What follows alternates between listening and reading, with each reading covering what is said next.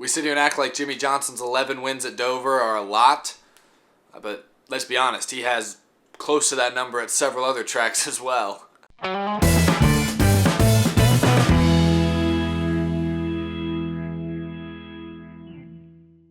How's it going, everybody? My name is Eric. Welcome to Out of the Groove. You know, I thought last week was kind of an overall just a more negative episode. You know, I was talking about Kyle Busch and all his shenanigans, so it's hard to be real positive when you're talking about that. But this week, you know, I got a lot of good things to say about people. Now, if you're not a Jimmie Johnson fan, you might want to just skip the first minute and a half or so of the video, because I'm going to heap a lot of praise Jimmie Johnson's way. I'll talk a little bit more about the Dover race as a whole here in a couple minutes, but start off with, spoiler alert, Jimmie Johnson won for the 11th time. 11 wins at one track. That's ridiculous. Even more impressive than that is that it was his 83rd win in his Monster Energy NASCAR Cup Series career, tying him with Cale Yarborough on the all-time wins list. And I think that puts Jimmie tied for 6th in the all-time stats. I think he's got like Allison, Waltrip to catch, then Jeff Gordon, and then who's after that? Pearson, I think, and then Petty. And the thing that makes what Jimmie Johnson's doing so impressive is he's done this all in the 21st century, in a very modern,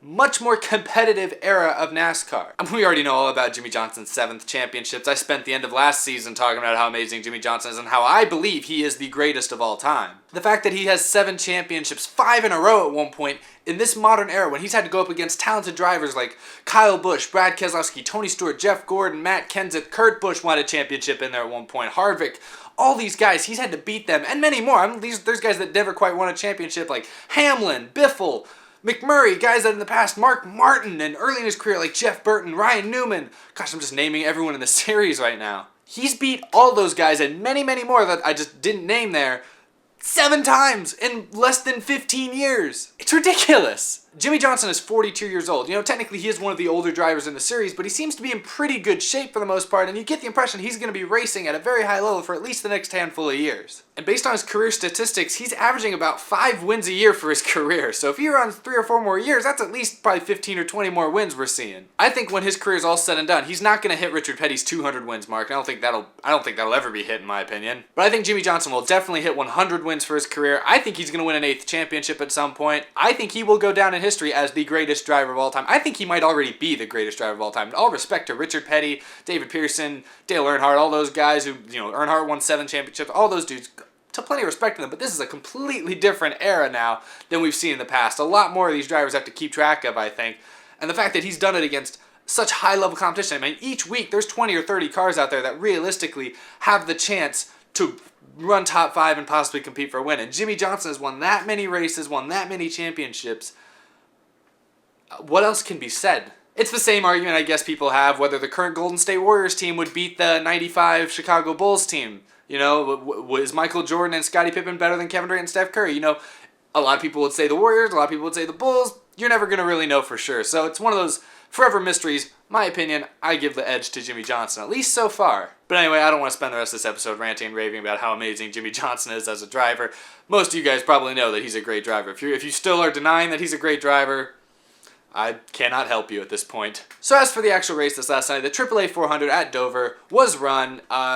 I thought it was a great race. As for the race itself, not a whole lot of drama to really talk about that I think is going to carry over much, although one very important detail is worth noting. Fairly early on during the race, Kyle Busch, during a caution regular pit stop cycle, had a trouble on the left rear. They didn't have time to get any of the lug nuts back on the tire before the jackman dropped and Kyle drove away. Tire ultimately under caution flew off the car, rolled off the car, and left the 18 with some significant damage and ultimately gave the 18 a penalty. And as if Joe Gibbs Racing didn't have enough things to already worry about, the rulebook states that when tire comes off the car like it did in that case, it warrants a 4-race penalty suspension for crew chief, I think the tire changer, and someone else. The tire carrier. I always forget those are separate people. So Kyle Busch, who did win the All-Star race a couple weeks ago and has been in the news the last couple weeks for not as positive of things, now is going to be without his crew chief, Adam Stevens, for the next month. His interim crew chief during that stretch will be a guy by the name of Ben Bishore. I don't know if I'm pronouncing that right. I've never heard of him. Hopefully he knows what he's doing. Now this infraction is clearly written in the rulebook that if a tire comes off the car like that because lug nuts aren't fastened, that will be a suspension for 4 races for these people. It's clearly written in the rulebook. But man, that seems like a slightly harsh penalty, especially in this case where it didn't really have any effect on the race. I understand why they're doing it. There's safety reasons. They need to get all lug nuts. I mean, NASCAR, you've seen how much they've been cracking down lug nuts. If you just end the race with just one lug nut not tight, your crew chief could be out the next week. It's pretty ridiculous, these suspensions. So I do understand it, but I'm just off the top of my head, it seems kind of harsh, especially in this case, since, I mean, all that happened was, they continued under caution. Kyle Busch's car sustained damage. They came in and fixed it. Kind of ruined most of his race. His car wasn't as good the rest of the day, so I felt like the penalty kind of was already served in a way. But hey, it's written in the rulebook. That's they knew the risks when they took the job. So I guess Adam Stevens is going to have a little mid-season vacation. Now, as for the race itself, it ended in very dramatic fashion. During the last final long green flag run, it seemed like Kyle Larson, who had been one of the top 2 or 3 cars all day, was going to cruise to victory. Jimmie Johnson, who was running second, had no chance of catching him. Larson was clearly the faster car. It was just going to cruise to victory. Until, of course, a caution had to come out for a guy wrecking, blowing a tire or something and wrecking with just a few laps to go. So that led to an overtime restart in which Kyle Larson lost the lead. It spun the tires on the restart, lost the lead to Jimmie Johnson, who was able to drive away as a huge, many multi-car wreck took place on the backstretch. So the race technically ended under caution, but I thought it still ended in a very dramatic fashion. Jimmie Johnson, who was probably the second best car in that race, stole the victory, so kudos to him. He knows how to get it done on restarts, I guess. Which is ironic after, in this race last year, he was the one causing the giant pileup on a restart. But hey, I guess everything comes full circle. What bites you in the past helps you in the future, I suppose. So, again, Johnson got the win. Larson, I think, held on for second. I think Martin Truex was third, and then there was chaos behind them. But then that leads me to my biggest takeaway from this race this weekend. All season, you guys have asked me who I think will be the Final Four at Homestead. You've asked me who my favorite for the championship is, and all that fun stuff. And up to this point, I've basically given you guys very basic, very generic answers because it's been early, it's hard to tell. But in my opinion right now, there are 3 clear favorites that are head and shoulders above the rest of the competition. Jimmie Johnson, of course, Kyle Larson, and Martin Truex Jr. If I had to pick my Homestead 4, those 3 would definitely be in it. I don't know who the 4th would be yet. Maybe Keselowski, maybe Harvick, maybe Busch, maybe Elliott, I don't know, but definitely those 3 are in it for sure. And to quote Brock Osweiler, the evidence is in the film. Jimmie Johnson leads the series right now with 3 wins this season. Truex has 2, and I think Kyle Larson only has 1, but he has led the points for more this season than anybody else, and he's been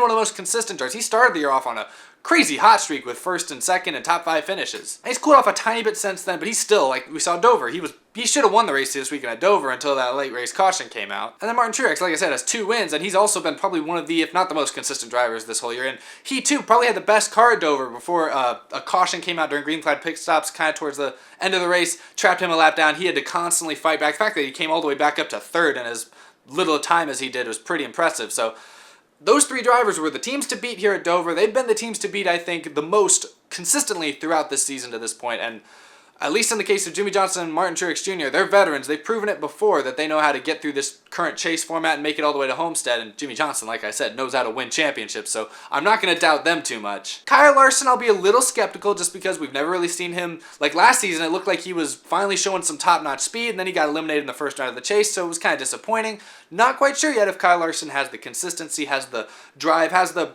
experience necessary to make it deep into the playoffs. But the way they keep running, I'd still put him in the Final Four. Now, the last thing I want to hit on is good news and bad news, I guess. It's been well documented the last few years, kind of the fall of Roush Fenway Racing as a team. I talked a few weeks ago, I think on Out of the Group. 10, 12 years ago, I think it was 2005, they had 5 cars in the chase. They had 5 Cup teams, and all 5 were in the chase. And now fast forward a decade, 12 years, they only have 2 teams in the Cup Series, and they're now unfortunately closing down one of their Xfinity teams. Roush Fenway announced this weekend that they would be suspending all activity on the 6 car of Bubba Wallace Jr. while they look for sponsorship and, see what other opportunities arise. And I don't talk that much about Xfinity racing stuff on this show because I only have so much time, and Cup Series stuff usually dominates most of that time, but I do watch a decent amount of the Xfinity races and truck races each year. I watch at least a little bit of the race every single weekend, so I know these drivers. I keep up with them to the extent. It's really a shame to see that Bubba Wallace is not going to get to continue with Roush, at least not currently, and it doesn't seem likely that's going to last much into the future, so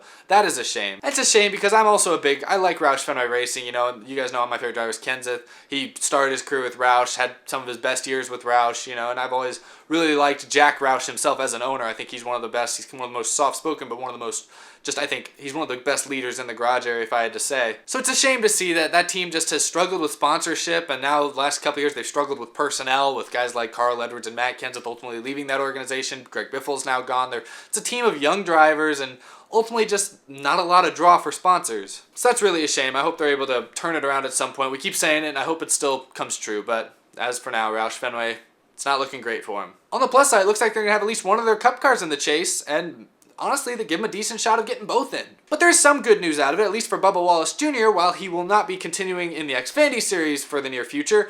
He will be replacing Regan Smith / Aric Almirola. He will be filling in for the 43 Cup Series team for, I think, until Aric Almirola is healthy again. The press release from Richard Petty Motorsports basically said that, yep, Bubba Wallace Jr. will drive the 43 car until Aric Almirola is healthy again. So I guess probably for the next several weeks at least, which I think it's really cool to see Bubba Wallace get a shot in the Cup Series. You know, it's not a super competitive car, but you never know. Maybe he could be the one to make it a competitive car. We'll see what he brings. Bubba Wallace has had some pretty good runs in the Xfinity Series this year. He seemed to have really made a lot of progress in the last year or so. So we'll see if he really has Cup Series talent, or we'll get an idea of it at least. So that's a positive thing to look forward to. I hope you guys enjoyed the show. I hope the show was a little bit more uplifting. I hope the show was a little bit more optimistic in some respects than last week's. Even though I think last week's episode was very true. I stand by my opinions, but this show is definitely a lot more, I think it was uplifting. I feel spiritually enlightened.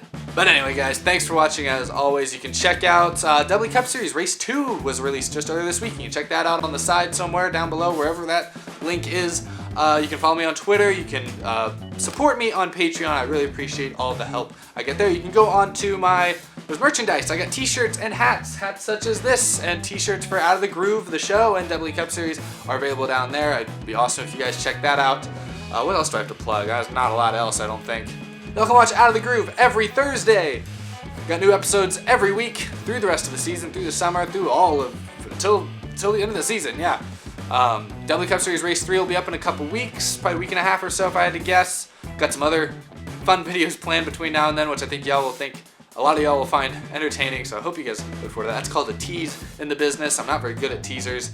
I stutter over my words a lot. I'm not very good at it, but hope you guys forgive me. Thanks for watching, guys. Thanks for the support. Hope you guys have a great weekend. Summer's officially here for everyone, isn't it? I mean, most kids are out of school at this point. It's like the first, second week of June now. You guys should all be done. You know, right? So, happy summer, children. Okay. That's a fun show. Bye, guys.